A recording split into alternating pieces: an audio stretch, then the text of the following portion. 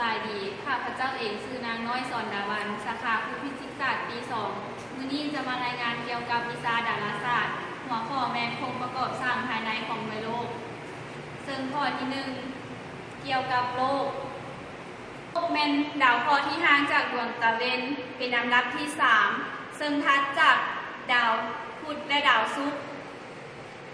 โลกเนาะแม่นดาวเคราะห์ที่ห่างจากดวงตะวันเป็นอันดับที่ 3ซึ่งถัดจากดาวพุธและดาวศุกร์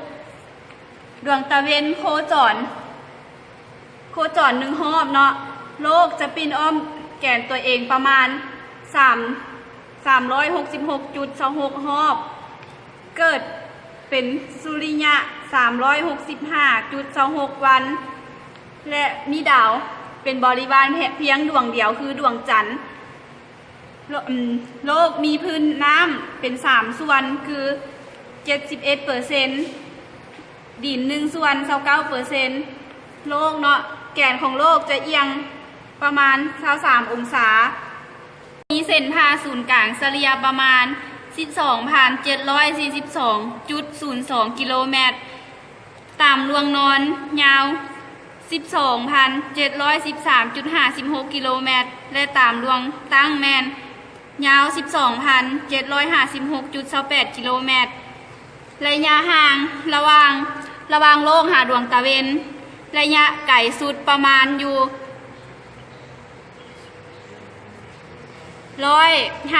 152 ล้าน1แสนกิโลเมตรและโลกอยู่ห่างจากดวงตะวันเนาะระยะไกลสุดประมาณ149 ล้าน95,023 กิโลเมตรต่อไปข้อที่2เนาะข้อที่2แม่นโครงประกอบสร้างภายในของโลกโครงประกอบสร้างภายในของโลกประกอบมี3ภาคส่วนคือส่วนที่1แม่นสั้นเปลือกโลก2แม่นสั้นเนื้อโลกและ3แม่นสั้นแก่นโลกเป็นสั้นเนื้อโลกเป็นของแข็งและมีความลึกประมาณ 2,900 กิโลเมตรนับจากสั้นลุ่มสุดของเปลือกโลกจนฮอดสั้นถึงสุดของแก่นโลกซึ่งประกอบด้วยธาตุเหล็กซิลิคอนและอลูมิเนียมสั้นเนื้อโลกประกอบมี3สั้นคือ1แมนสั้นเนื้อโลกส่วนถึงเป็นหินที่เย็นตัวแล้วมีรอยแตกต่อเนื่องจากความแปะสั้นเนื้อโลกส่วนถึงกับเปลือกโลกรวมกันเอิ้นว่าอัคคณิศาสตร์มีความหนาประมาณ100 กิโลเมตรนับจากพื้น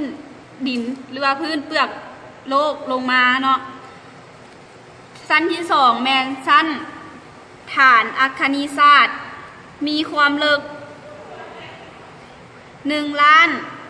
ตัวนี้เนาะสั้นฐานคณิตศาสตร์ความลึกแมน1,23,250 กิโลเมตรเป็นสั้นหินแมกมาซึ่งเป็นหินมืดหรือ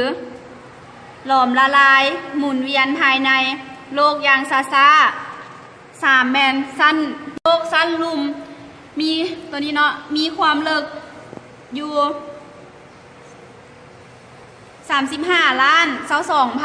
35,22,900 กิโลเมตรเป็นสั้นของแข็งฮ้อนแต่แน่นและมืดมีแมนสั้นแก่นโลกแมนถัดจากสั้นเนื้อโลก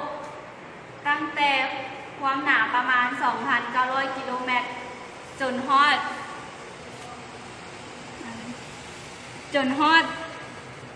จุดศูนย์กลางของสั้นแก่นโลกมีความหนาประมาณ 6,370 กิโลเมตรระดับความหนาประมาณ 2,900 กิโลเมตรคลื่นปฐมภูมิและคลื่นทุติยภูมิบ่สามารถเดินทางผ่านบริเวณนี้ได้ย้อนเป็นบริเวณรอยต่อระหว่างสั้นเนื้อโลกและสั้นแก่นโลกสั้นแก่นโลกมี2สั้นคือ1แมนสั้นแก่นโลกสั้นนอกแมนมีความลึกประมาณ290,000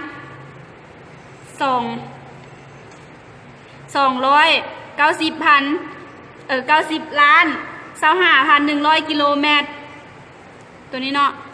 เป็นของเหลวหรือวัตถุที่มีลักษณะคล้ายคือของเหลวซึ่งประกอบด้วยสารเหลวฮ้อนของโลหะเหล็กและนิกเกิลส่วนใหญ่มันมีความร้อนสูงข้อที่ตัวนี้เนาะสั้นแกนโลกสั้นในมีความลึกประมาณ510,26,370 กิโลเมตรและมีรัศมีแมน 1,270 กิโลเมตรเป็นวัตถุที่เป็นของแข็งส่วนประกอบแมนคล้ายคือกับแกนโลกสั้นนอกแต่อยู่ในสภาพแข็งเนื่องจากมีความดันและอุณหภูมิสูงอาจมีอุณหภูมิฮอด 6,000 องศาเซมาฮอดนี้การรายงานของข้าพเจ้าก็ได้สิ้นสุดลงแล้วหากแม่นไผ่หรือว่าผู้ใดมีความคิดเห็นหรือว่าอยากเพิ่มเติมอันไหนก็สามารถให้ความคิดเห็นเพิ่มเติมทางด้านอื่นได้เนาะขอขอบใจ